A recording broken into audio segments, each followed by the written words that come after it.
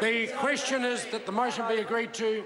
Andrew Little. Thank you, Mr Speaker. Well, Mr Speaker, that last speaker should pay more attention. She didn't realise that her party's nicked our provisional tax policy that we put out a year ago, and they've drummed it up and called it their own. What I can say is, of course, theirs is hardly as good as ours. Mr Speaker, the real question is right now, because character is important in leadership and government, when will the prevarication, the dissembling, the dancing around the truth really end?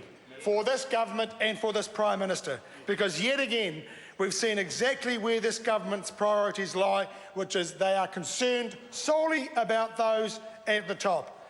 Mr Speaker, why won't the Prime Minister just be straight about his conversations over foreign trusts? The reason why this issue about foreign trusts is important is that they are a device to avoid paying tax for those who own them in their home countries. And we should not be part of it. Right. Now, it all started off with the Panama Papers, where I think for most New Zealanders, we found out for the first time that there are 12,000 foreign trusts in New Zealand. 12,000 foreigners or people living overseas with trusts here avoiding their responsibilities to their home countries. And most New Zealanders are horrified by that and think it is disgraceful.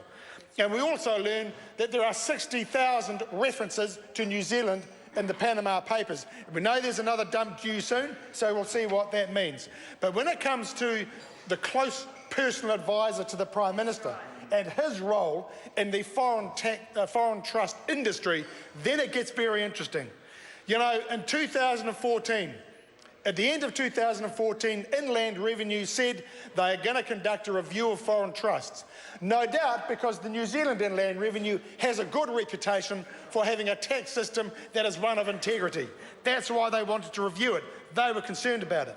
On the 2nd of December 2014, Mr Whitney writes to the Minister of Revenue after having spoken to the Prime Minister, saying that the Prime Minister had told them that the foreign trusts will stay protected, and he asked for a meeting with that minister. 8 hours later, the Minister of Revenue replies and arranges to make a time to meet. They then meet less than 2 weeks later. They have that meeting. The Minister receives a briefing about foreign trusts. Then he has a meeting with Mr Whitney, and the undertaking is given. There will be no review of foreign trusts. There will be no review of foreign trusts. Let's remember what the Prime Minister said of his close personal advisor. He said the reason why he uses him is that he was highly ethical. And the Prime Minister said, I don't deal with people unless they are highly ethical and they do things well. Well, surprise, surprise. What happens to Mr Whitney? He's tied up in a court case where he has been involved in setting up a trust for a bankrupt so he can conduct business without the oversight of the Companies Office. He's set up a sham trust for a property developer, and then Mr Whitney failed to disclose it to the authorities who were investigating the bankrupt. And when he was asked whether he thought it was a good idea to set up a sham trust for a bankrupt, this is what Mr Whitney said. Oh no, not particularly. It's a common thing for people to do. It may not be morally as white as it could be, but it's normal practice. This is the world of foreign trusts. This is the world of the greedy. And this is the matter that goes to character. And that's why the Prime Minister needs to be straight about his conversations and what happened and why the review was ditched. This is an important issue. And it's now tied up the government and tying up this government and New Zealanders' trust and confidence in it.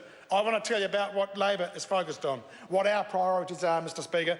They are about looking after real New Zealanders who have real problems. We don't need 42,000 children going to hospital each year because of bronchial conditions and health issues caused by unhealthy homes. That's why I would be proud to introduce my bill tonight and talk to it, to give a guarantee to those children and their families that they could have healthy homes if the government has a will to support it. That's what New Zealand is about, looking after those who don't have much, who ask only to have good, healthy standards, a warm, safe, dry home to live in, so they're not having to trot off to hospital and every other taxpayer having to meet the cost of it. That's what this is about, Mr Speaker. We're focused on the priorities. about making New Zealand a great place for every New Zealander, not just looking out for those at the top.